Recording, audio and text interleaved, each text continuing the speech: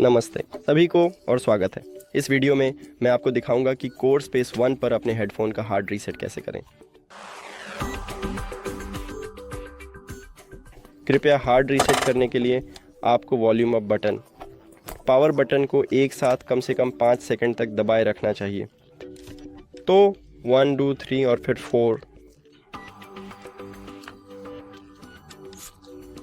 और अब LED light blink कर रही होनी चाहिए। हाँ, चलो शुरू करते हैं। और फिर जानकारी, आइकन या सेटिंग्स आइकन पर क्लिक करें। अगर आपके पास एंड्रॉयड है तो इस डिवाइस को भुला दें।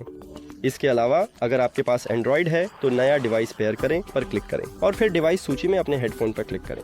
और हमने कर दिखाया। इस वीडियो को देखने के लिए धन्यवाद। अगर आपको यह मददगार लगा तो कृपया चैनल को सब्सक्राइब करें और वीडियो पर लाइक छोड़ें, हमारे लिए महत्वपूर्ण है। फिर मिलेंगे।